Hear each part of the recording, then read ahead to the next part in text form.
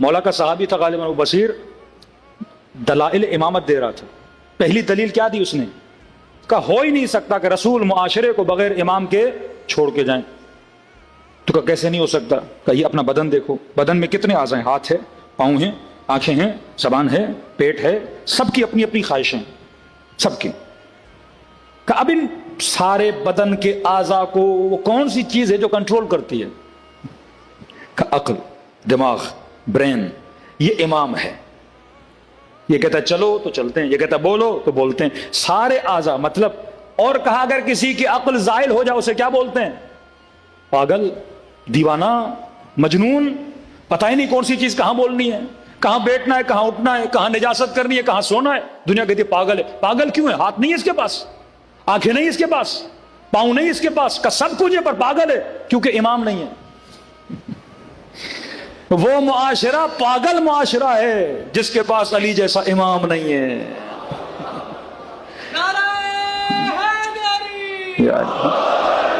دیوانہ معاشرہ ہے.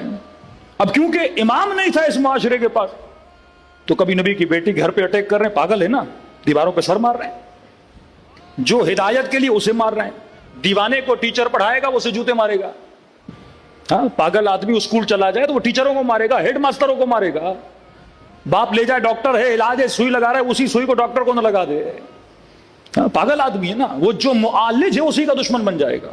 پاگل معاشرہ، دیوانہ معاشرہ کہ رسول کبھی کاندھوں پہ بٹھا رہے ہیں، کبھی ہاتھ بلند کر رہے ہیں، کبھی دروازے پہ جا رہے ہیں، کبھی اس کے احترام میں کھڑے ہو رہے ہیں، کبھی کہہ رہے جنت کے جوانوں کا سردار ہے، کبھی کہہ رہے قسیمہ نارے والجنہ ہے، کبھی کہہ رہے اس کے چہرے کو دیکھنا عبادت ہے، کبھی کہہ رہے اس کی ایک ضربت عبادت ہے، ثقلین سے افضل ہے. اور کیا بتائیں، شہر علم ہیں، باب حکمت ہیں، کعبے کی طرح ہے، یہ کرو وہ کرو، لیکن اس کی محبت نہ ہو جہنمی بن جاؤ گے. نماز کے سجدوں کو طول دے رہے. ایک دیوانہ معاشرہ اپنے نبی کے نواسوں کو قتل کرنے نکل. یہ دیوانہ ہے.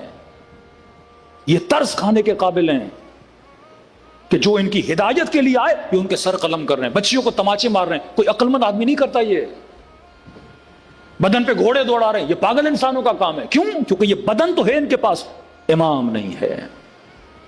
کبھی کا لاکھ شکر کرو عقل مند ہو، کیونکہ خدا نے تجھے کیا دیا؟ امام دیا. اس نے دلیل دی کہ جب ایک بدن کو خدا بغیر امام کے نہیں چھوڑتا تو کسی معاشرے کو بغیر امام کے کیسے چھوڑے گا؟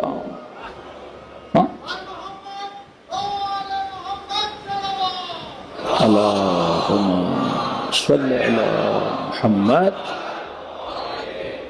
اب امام حسین نکلے ان پاگلوں کا علاج کرنے کے لیے کہ ان کو حسین کی ہاسپٹل میں لاؤ تاکہ ان کا دماغ اپنی جگہ پہ آئے.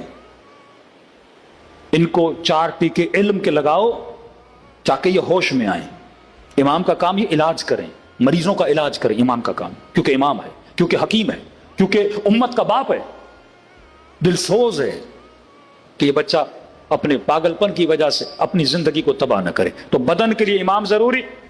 اب وہ شیعہ جو نظام امامت کے قائل ہیں اور کہیں کہ ہمیں کسی رہبر کی ضرورت نہیں ہے، یہ پاگل ہے، یہ دیوانے کہ ہمیں کسی لیڈر کی ضرورت نہیں ہے.